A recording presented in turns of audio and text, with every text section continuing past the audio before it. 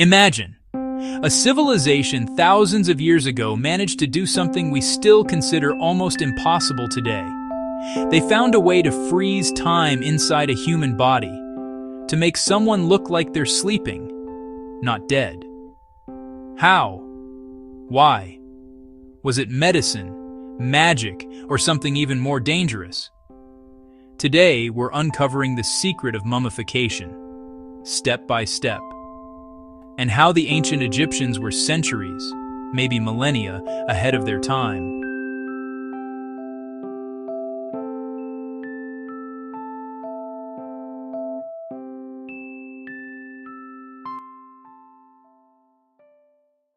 Mummification was a project of immortality. To an ancient Egyptian, death wasn't the end, it was a gateway. They believed the soul had parts, especially the Ka and Ba. And for the soul to return and continue its journey in the afterlife, it needed one crucial thing: a body that still existed. In simple terms, if the body decayed, the soul could be lost. That's why mummification wasn't a luxury. It was insurance for eternal life. The weirdest question, why doesn't a mummy rot?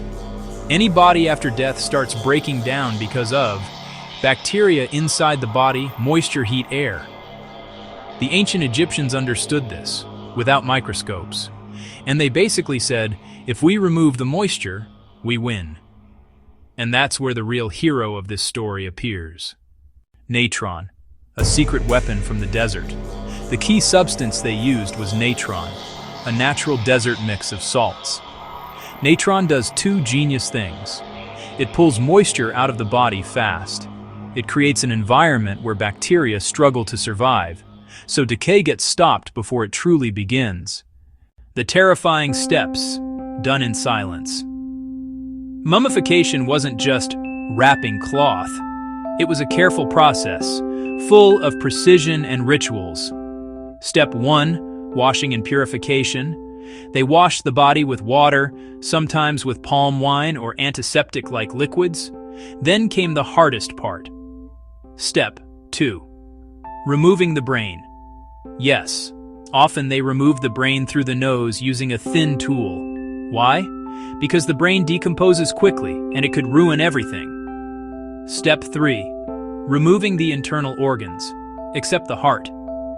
The stomach, intestines, liver, and lungs were removed because they decay fast. They were stored in special jars called canopic jars. But the heart? It was usually left inside, because to them, it wasn't just an organ. It was the center of consciousness and morality, and it would be weighed in the afterlife. Next, the body was covered completely in natron and left for around 40 days until moisture was gone. Imagine it, 40 days. The body becomes lighter, the skin shrinks, but the structure remains. After drying, they coated the body with oils and resin-like substances. This helped restore a bit of flexibility, seal the surface, and protect it from air and moisture. Sometimes they added packing, linen or natural materials, under the skin so the body wouldn't look too shrunken. They wrapped the body in many layers of linen and placed amulets, like the Eye of Horus and scarabs, between the layers as protection. Wrapping, not just cloth, a shield. Linen was wrapped in many layers, and between the layers they placed amulets, symbols of protection, like the Eye of Horus, scarabs, and other charms meant to guard the dead on the journey. And then came the moment that makes this feel like a legend. There was a ritual called the opening of the mouth. The idea was to restore the dead person's ability to eat, drink, speak, and breathe, but in the afterlife. It was symbolic, yet to them, it mattered as much as the chemistry.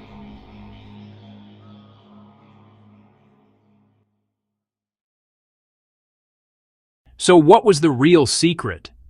Many people think the secret was a magical recipe, but the truth is it was three things: practical science, understanding moisture and decay, even if they didn't know the names smart materials, natron plus resin plus linen, a powerful belief system, giving the process meaning, so it was done with extreme precision. The secret wasn't one ingredient.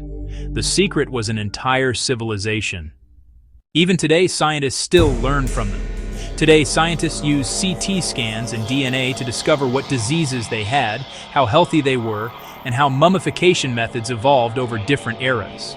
And the shocking part? Some mummies still preserve details of skin, hair, and facial features after thousands of years.